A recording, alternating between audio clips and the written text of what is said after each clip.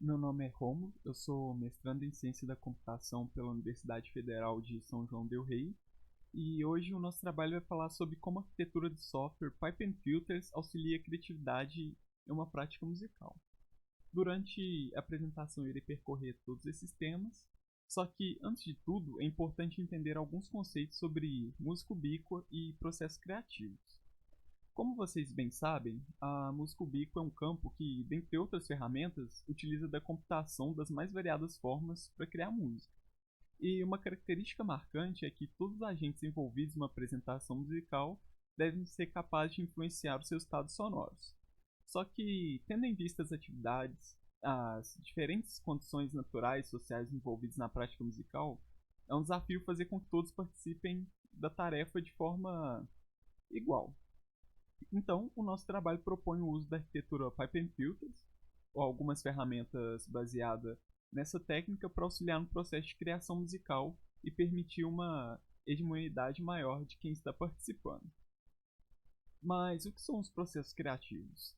A Margaret Bolden define a criatividade como a capacidade de apresentar ideias ou artefatos novos, surpreendentes e valiosos. Ela ainda indica que isso é uma condição inata dos seres humanos. Margaret vai um pouco mais além e divide esse campo em criatividade psicológica e criatividade histórica. O primeiro termo é definido como uma ideia surpreendente, valiosa e inédita para a pessoa, mesmo que seja um conceito já conhecido. Já a criatividade histórica é definida como algo novo na história da humanidade. E a partir disso, outros três conceitos aparecem, que é a criatividade exploratória, a transformacional e a combinacional. A exploratória envolve fazer combinações conhecidas de ideias familiares, e essas novas combinações podem ser geradas de forma deliberada ou não, mas em todos os casos a criação desse tipo de criatividade requer uma rica reserva de conhecimento, e os exemplos mais comuns são imagens poéticas, colagens e analogias. Já a transformacional envolve a transformação de conceitos, como o nome indica, e combinam estruturas de pensamento que já estão consolidadas. Elas geralmente são de um grupo social e religião, sendo ocasionalmente afetadas por outras culturas, mas em ambos os casos eles já existem e não são originados por uma mente individual, e sim por um trabalho coletivo. E no que diz respeito à criatividade combinacional, ela envolve a combinação de pensamentos já familiares e novamente influenciados por uma cultura ou por um grupo social. Já o Beguet e o Kaufman dividem a criatividade em quatro partes, que são a criatividade eminente, a criatividade profissional, cotidiana e pessoal. A criatividade eminente ela requer um conhecimento especializado e visa a criação de produtos como obras de arte ou teorias científicas. Já a criatividade profissional, que também requer conhecimento especializado, só que ela tem um resultado que não tem o mesmo impacto que a criatividade eminente. A criatividade cotidiana, ela utiliza a experiência do dia a dia para gerar produtos criativos, e a criatividade pessoal é caracterizada por aspectos internos, subjetivos e emocionais, mas que não visa necessariamente produtos artísticos. No que diz respeito aos processos criativos para geração de música, o Bennett propõe o diagrama que a gente pode observar na imagem, onde o processo é desencadeado por uma ideia germinal que se expande por uma primeira amostra da composição. E nesse ponto, o Bennett sugere que uma revisão da ideia inicial já configura um novo rascunho e, portanto, uma nova ideia. O material ele é então elaborado e aprimorado, levando a uma composição final, e assim que o trabalho for concluído, outras revisões podem ser feitas para gerar novas ideias. O Keller e alguns outros autores identificam três pontos que correlacionam a produção musical com a criatividade, que são os materiais, procedimentos e o contexto do processo criativo. E a partir disso, eles identificam falhas nos métodos de aplicação da música, como restrição de domínio e falta de material e raciocínio social. Assim, eles enfatizam que a disponibilidade de recursos interfere sim no processo criativo. Dito isso, vamos entrar na arquitetura Pipe and Filters. De acordo com o I3E, a arquitetura de software é definida como a organização fundamental de um sistema e seus componentes e a relação entre ele e o ambiente que norteiam seu design e evolução. Então, isso quer dizer que arquitetura é sobre como a interação entre os componentes de um software e não como eles são implementados. E uma boa arquitetura serve para garantir a qualidade do produto de software, assim como sua confiabilidade e usabilidade. A arquitetura Pipe and Filters ela é uma divisão de uma tarefa complexa em várias subtarefas, implementadas por um componente de software chamado filtros, que a gente pode observar na imagem. Os filtros eles têm várias entradas e saídas conectadas a tubos, mas nunca sabem as características dos filtros a seguir. O pipeline, por outro lado, é responsável por realizar a comunicação entre dois componentes de software e atuar como buffer de dados entre os filtros adjacentes.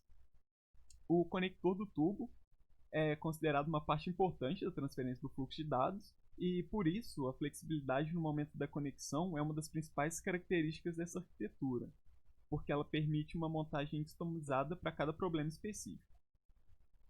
Esse tipo de padrão é muito popular e, por isso, ele está sendo adotado em diversos sistemas, principalmente para manipular conjuntos de dados de diferentes maneiras. Esse modelo ele é aconselhável quando pouca informação contextual precisa ser mantida entre os componentes e os filtros não são capazes de manter os seus estados. E eles ainda podem ser uma alternativa a outras arquiteturas ou trabalhar em conjunto com elas.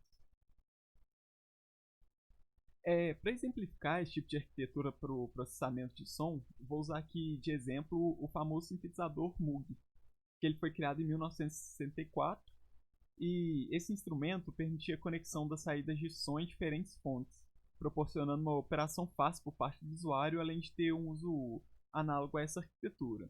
E uma característica marcante desse sintetizador é a sua constituição por módulos separados e com funções específicas, como gerar um envelope, oscilar a frequência de uma nota e aplicar uma reverberação no som. Essas funções elas são análogas aos filtros, capazes de aplicar modificações nos dados transmitidos pelas tubulações. E, no caso, os cabos conectados fisicamente em diferentes unidades. Então, dessa forma, infinitas possibilidades surgiram que diz respeito à criação de novos sons e de música.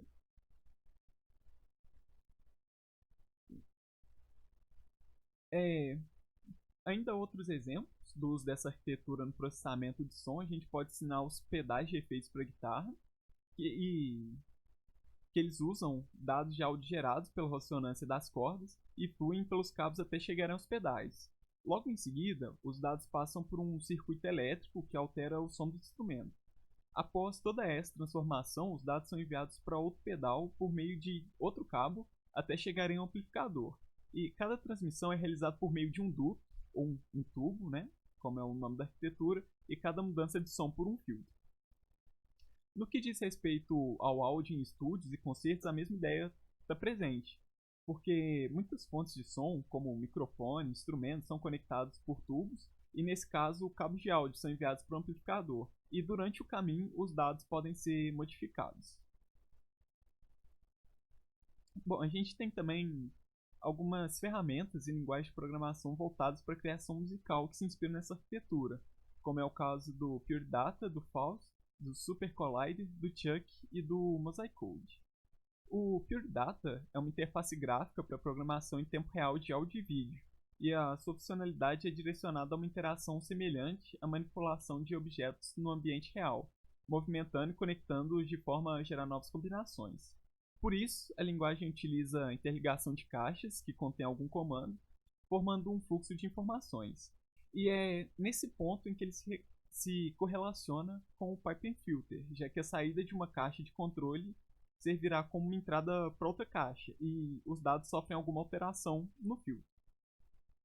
O Faust é uma linguagem de alto nível focada no processamento digital de sinais, com suporte especial para aplicativos de áudio em tempo real e plugins em várias plataformas de software, incluindo sistemas móveis. Entre as vantagens dessa linguagem estão a fácil criação de leitura de blocos de comando, suporte para interface gráfica e geração de código C++ a partir dos blocos criados. O Super Collider é uma linguagem orientada a objetos com foco na composição algorítmica e síntese de áudio, exigindo o mínimo esforço possível. A principal característica dessa linguagem é transformar conceitos musicais em funções ou métodos, criando música a partir da manipulação desses elementos por meio de blocos. Dentre as suas principais características estão o dinamismo e a brevidade. O dinamismo ele permite ao usuário criar estruturas que geram eventos de forma alinhada, e tem também alguns patches que podem ser construídos em tempo real. O Chuck é outra linguagem formada na codificação ao vivo, composição e desempenho em tempo real, e o seu objetivo é ser proativo e interativo com o usuário. Além disso, ele reconcilia o tempo lógico com o tempo real. Outro destaque dessa linguagem é a capacidade de editar código enquanto o programa está em execução. O Mosaic Code ele é um ambiente de programação em código aberto, criado por um grupo de pesquisadores na UFSJ, e ele é focado em um ambiente virtual, utilizado para o desenvolvimento de sistemas comuns, não somente à música, mas à arte como um todo, em navegadores web, estendendo os seus domínios para dispositivos móveis.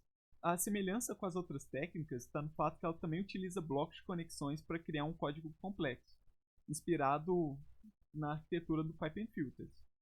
Um bloco ele vai representar uma única unidade de código no sistema, e ele pode ter propriedades estáticas e dinâmicas. As propriedades estáticas são representadas por uma porta de entrada e o processamento de saída é representado por uma porta de saída. Aqui a gente pode observar uma imagem da interface gráfica do Pure Data, com os blocos sendo conectados de diferentes maneiras para gerar diferentes tipos de som, e o Mosaic Code seguindo a mesma lógica, conexão de blocos e os tubos interconectando um ao outro. Bom, esse tipo de arquitetura permite que iniciantes, tanto na música quanto na programação, participem do processo criativo de uma performance artística musical. Isso também permite a criação de novos objetos musicais e aumenta a capacidade dos que já existem, tornando eles mais complexos e com mais funcionalidades. Esse tipo de arquitetura combina filtros simples para gerar obras de arte mais complexas e contempla os tipos de criatividade exploratória, transformacional e combinacional. A transformacional a gente pode ver como uma parte oculta do software, por aparecer graficamente ao usuário, permitindo ele criar e manipular as entradas do sistema, encapsulá-los nos tubos, encanamentos e modificá-los por meio dos filtros. Já a criatividade combinacional, ela aparece mais para quem já é iniciado na computação, já que eles encontram essa forma de comando no seu campo de atuação e agora estão diante da técnica da criação musical, correlacionando esses dois campos, né? Para quem é músico, a aplicação de filtros para entrada de sinais ocorre em guitarras, sintetizadores e outros instrumentos eletroacústicos, como a gente já citou anteriormente. Ainda sobre esse tipo de arquitetura, ela ajuda no processo criativo descrito por Bennett, na etapa de refinamento e também no rascunho inicial. Além de isso ocorre através da reordenação e remoção de filtros, mantendo a ideia principal e a infraestrutura, alterando os componentes do produto final. E além disso, é possível reutilizar partes do sistema em outras obras e dividir o processo criativo em várias tarefas. É útil também no ensino de música e de programação. Bom, o nosso artigo ele propõe o uso da arquitetura Pipe & Filters para auxiliar no processo criativo na criação de música ubiqua, especialmente por pessoas sem conhecimento tanto na música quanto na tecnologia. E também foi feita uma aproximação entre arquitetura e os principais tipos de processos criativos descritos na literatura, né? Que é o transformacional, o combinacional e o exploratório.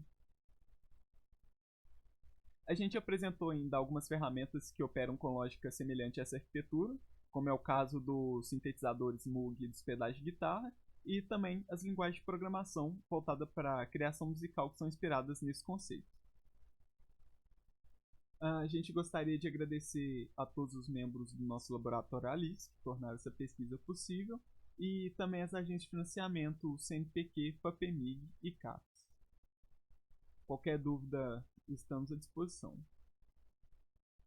Muito obrigado pela atenção.